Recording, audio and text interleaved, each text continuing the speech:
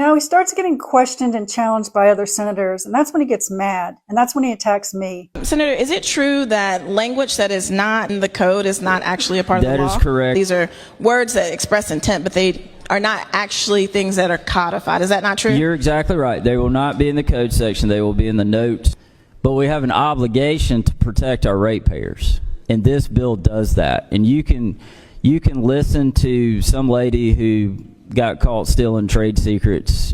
Well, that went downhill fast. And she's insane. She is literally insane. When someone can't defend their policy, they go on the attack. And she belongs in jail. But if you want to listen to her, you listen to her. In October, I picked up a notebook off a table in the Public Service Commission hearing. I wanted to know what the actual cost is of data centers in Georgia for the grid expansion. Georgia Power was only disclosing that it would cost $16 billion. So I took a notebook that was unattended. It turned out it was a trade secret notebook, and that was a felony, and I was arrested. However, the DA decided not to indict me because Georgia Power admitted that most of the redactions in that notebook were not secret. And furthermore, they didn't secure it properly. So even if it was a trade secret, they could not justify charging me with a crime for taking a notebook laying around. He does get pushback for that kind of behavior on the Senate floor. Isn't it true that we are very careful in this body to not speak disparagingly of people, and that there is a sanctity of that well that really does demand that we not speak in ways and call people insane? Is that not true, Senator? It just, people back home need to understand who this person is.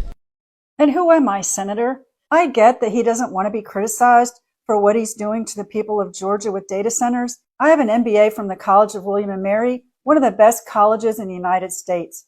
And I have a 10-year career running an energy nonprofit. And I have no dog in this race.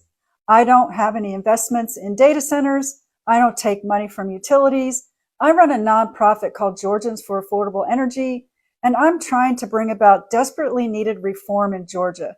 There is no protection for the consumers. When you look at the cost, this sheet right here, every single line is redacted, except one number at the bottom, $16 billion.